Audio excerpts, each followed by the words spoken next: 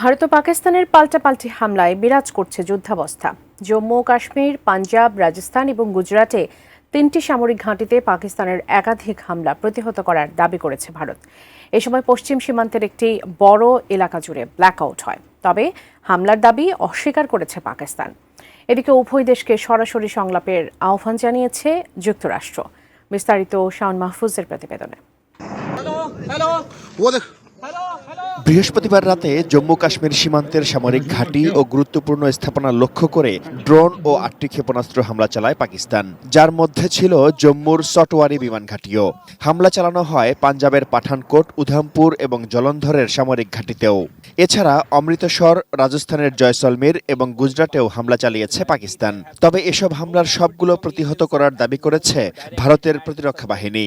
আরও হামলার আশঙ্কায় 24টি বিমানবন্দরের কার্যক্রম বন্ধ রেখেছে ভারত।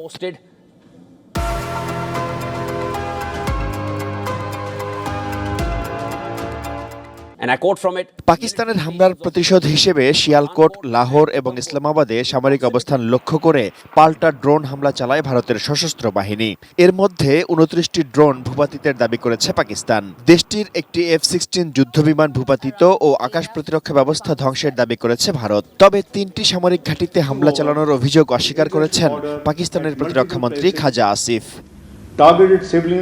এদিকে ভারতের পররাষ্ট্রমন্ত্রী এস জয়শঙ্কর এবং পাকিস্তানের প্রধানমন্ত্রী শাহবাজ শরীফের সঙ্গে দ্বিতীয় দফায় ফোনালাপ করেছেন মার্কিন পররাষ্ট্রমন্ত্রী মার্কো রুবিও। জয়শঙ্কর বলেছেন, ভারত তার ভূখণ্ড ও নাগরিকদের রক্ষায় যে কোনো হামলার পরিমিত জবাব দেবে।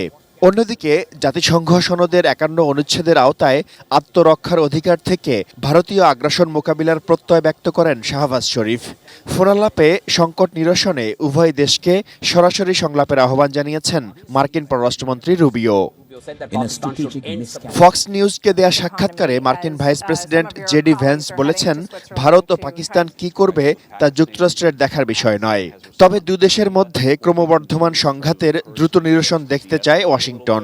But we're not going to get involved in the middle of a war that's fundamentally none of our business and has nothing to do with America's ability. Shaon Mahfuz, desk report, ATN news.